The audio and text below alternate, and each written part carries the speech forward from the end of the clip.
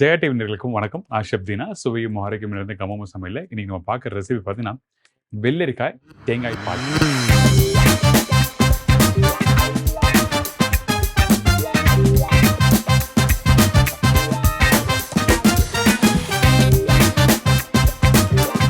இந்த வெள்ளரிக்காய் தேங்காய் பால் கறி பார்த்தீங்கன்னா, ஒண்ணு நல்லா வேக வச்ச சாதம், அப்படின்னா ஆப்பம், அப்படி இல்லைன்னா கல் தோசை. எதெல்லாம் நல்லா சாஃப்ட்டா இருக்குமோ, அதோட தொட்டு சாப்பிடுறதுக்கு பெஸ்ட்டான ஒரு டிஷ் அது. நிறைய பேர் வெள்ளரிக்காய் வச்சு நீங்க வீட்ல பச்சடியோ, இல்ல வேற எதுனா சாலட் பண்ணி சாப்பிட்டுருப்பீங்க. இந்த மெத்தட்ல ட்ரை பண்ணி பாருங்க. ஐம் ஷூர் டெஃபினட்டா நீங்க எல்லாரும் விரும்பி சாப்பிடுங்க. ரொம்ப நல்லாயிருக்கும். ஒரு சின்ன சேஞ்சஸ்க்கு இது மாதிரி ட்ரை பண்ணி பார்க்கலாம். ஆனா, இந்த இடத்துல வெள்ளரிக்காய் குக் பண்றோமா இல்லையான்னு தான் ஒரு முக்கியமான ஒரு விஷயம். ஸோ இந்த மாதிரி நிறைய விஷயங்கள ஸ்டெப் பை ஸ்டெப்பா பார்க்கலாம். ஃபர்ஸ்ட் இந்த ரெசிபி தேவையான பொருட்கள பார்த்துருங்க. வெள்ளரிக்காய் தேங்காய் பால் கறி தேவையான பொருட்கள்: வெள்ளரிக்காய் 1 நம்பர், கருவேப்பிலை தாளிப்புக்கு தேவையான அளவு, தேங்காய் பேஸ்ட் 2 டேபிள் ஸ்பூன், தேங்காய் பால் 1/2 கப்பு, இஞ்சி 2 சின்ன துண்டு, பச்சை மிளகாய் 2 நம்பர், உப்பு தேவையான அளவு, மஞ்சத்தூள் சிறிதளவு, கடுகு தாளிப்புக்கு தேவையான அளவு, கொத்தமல்லி சிறிதளவு, ஆயில் தாளிப்புக்கு தேவையான அளவு. இப்போ இந்த ரெசிபி தேவையான பொருட்கள் பார்த்துருப்பீங்க. இப்போ ஃபர்ஸ்ட் நம்ம என்ன பண்ணுறேன்னா, எண்ணெய் ஊற்றி வச்சிருக்கேன். இந்த எண்ணெய் கொஞ்சமாக ஊற்றுங்க, அதிகமாக வேண்டாம். ஏன்னா இதில் எண்ணெய் அதிகமாக இருந்தால் என்ன ஆகும்னா உங்களுக்கு வந்து மேலே மிதங்கி வந்து நிற்கும். அதனால் நம்ம என்ன பண்ணுறேன், ஃபஸ்ட்டு எண்ணெய் ஊற்றிட்டு அந்த எண்ணெய் சூடான பிறகு கடாயை சீசன் பண்ணுங்கள். இது மாதிரி பண்ணி முடிச்ச பிறகு எக்ஸஸ் இருக்க எண்ணெயை நம்ம இப்படி எடுத்துறோம். அவ்வளோதான். ஸோ ஒரு 2 டீஸ்பூன் அளவுக்கு எண்ணெய் இருந்தால் போதும், அதிகமாக வேண்டாம்.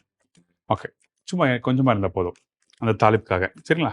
இப்போ நம்ம என்ன பண்ணுறோம், இந்த கடுகு போடுறோம். பெரும்பாலும் நம்ம தேங்காய் பால் கறி பண்ணும்போது இதில் வந்து வெங்காயம் போடுவாங்க. ஆனால் நம்ம வந்து வெள்ளரிக்காய் யூஸ் பண்ணுறதுனால இதில் வந்து பார்த்தீங்கன்னா அந்த வெங்காயம் யூஸ் பண்ணல. ஏன் என்ன காரணம் கேட்டிங்கன்னா, வெங்காயம் வந்து ஒரு ஸ்ட்ராங்கான ஒரு வாசம் கொடுக்குற ஒரு காய். ஸோ அதனால் நம்ம என்ன பண்ணுறோம், இதில் வெள்ளரிக்காய்க்கு நம்ம வெங்காயம் போட்டால் நல்லா இருக்காது. அதனால் நம்ம என்ன பண்ணுறோம், காரத்துக்கு பச்சை மிளகாய் இது மாதிரி நீட்டாக போடுங்க. இதுக்கப்புறம் இஞ்சி, இதோட கொஞ்சம் பச்சை கருவேப்பிலை போட்ட பிறகு இந்த தாளிப்புலேயே நம்ம என்ன பண்ணுறோம், லைட்டாக வதக்குறோம். அந்த இஞ்சி பச்சை மிளகா வாசம் தான் இந்த ரெசிபிக்கு மெயின். அதனால அடுப்போட ஃப்ளேம் கரெக்டாக வச்சு அந்த இஞ்சியும் பச்சை மிளகா கடுகோட இப்படி லைட்டாக வதக்கணும். இப்படி லைட்டாக வதங்குற டைமில் நம்ம என்ன பண்ணுறோன்னா, கொஞ்சோண்டு மஞ்சத்தூள் போடுறோம். லைட்டாக மஞ்சத்தூள், அதுக்கப்புறம் அரைச்சி வச்சிருக்க இந்த தேங்காய் பேஸ்ட்.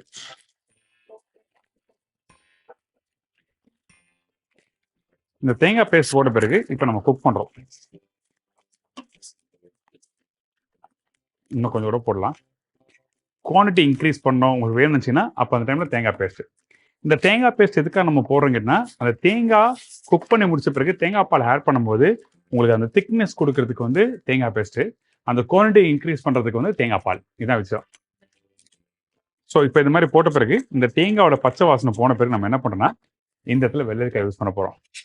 அதுக்கு முன்னாடி கொஞ்சமாக உப்பு. சின்ன சின்ன ரெசிபிகள் ட்ரை பண்ணி பாருங்கள். நான் ரீசெண்டாக கேரளா ட்ராவல் பண்ணும்போது அங்கங்கே சின்ன ஒரு ஃபுட் ஃபெஸ்டிவல் பண்ணுவாங்க இந்த ஹோட்டல்லாம். அப்போ ஏதோ புதுசாக ட்ரை பண்ணலாம்னு சொல்லிட்டு இந்த மாதிரி ரெசிபியை ட்ரை பண்ணி பார்த்து இதெல்லாம் சூப்பர் ஹிட்டாக இருக்கும். ஆனால் அது வந்து இதை ட்ரெடிஷ்னலாக பண்ணுறாங்களா கேட்டால் ட்ரெடிஷ்னலாக இருக்காது இந்த ரெசிபிலாம். ஆனால் சின்ன சின்னதாக ட்ரை பண்ணுவாங்க, ஆனால் சூப்பராக ஹிட்டாக இருக்கும். ஸோ அந்த மாதிரி நம்ம ட்ரை பண்ணி பார்த்துட்டு உங்களுக்கு ஷேர் பண்ணுறேன்.